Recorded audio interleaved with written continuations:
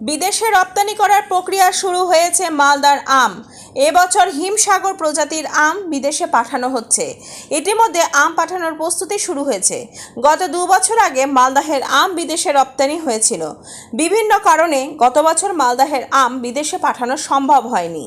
এই বছর মালদাহের আম বিদেশে পাঠাতে প্রথম থেকে উদ্যোগ নিয়েছে বেশ কিছু রপ্তানিকারক।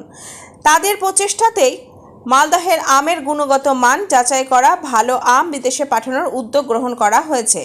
প্রথম পর্যায়ে হিমসাগর আমকেই বেছে নেওয়া হয়েছে। সমস্ত কিছু ঠিক থাকলে আগামী সপ্তাহে মালদাহের হিমসাগর বিদেশে পাড়ি দেবে।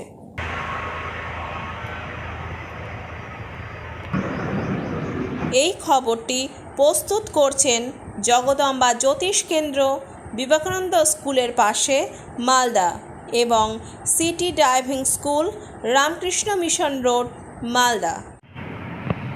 এবছর আমরা মালদা জেলাতে যদিও আমের উৎপাদনটা এবছর কম আবহাওয়ার তারতম্যের জন্য, তবুও আমাদের কোয়ালিটি আম বিভিন্ন ব্লকে প্রোডাকশন হয়েছে। এই রিসেন্টলি বেশ কিছু এক্সপোর্টার যোগাযোগ করেছেন ইউনাইটেড কিংডম এবং আরও 2-4টে ইউরোপিয়ান কান্ট্রিতে যোগাযোগ, যেমন দুবাইয়ের সাথেও যোগাযোগ হয়েছে। তো আশা করছি আগামী সপ্তাহে ইনিশিয়াল ফেজে 1300 কেজির মতো হিমসাগর প্রথম ফেজে যাবে এবং এটা যে মুহূর্তে কোয়ালিটি ওদের কাছে অ্যাকসেপ্টেবল হয়ে যাবে, এটা রেগুলার বেসিসে আগামী 15-20 দিন ধরে এটা পাঠাবো বলে ঠিক করেছি।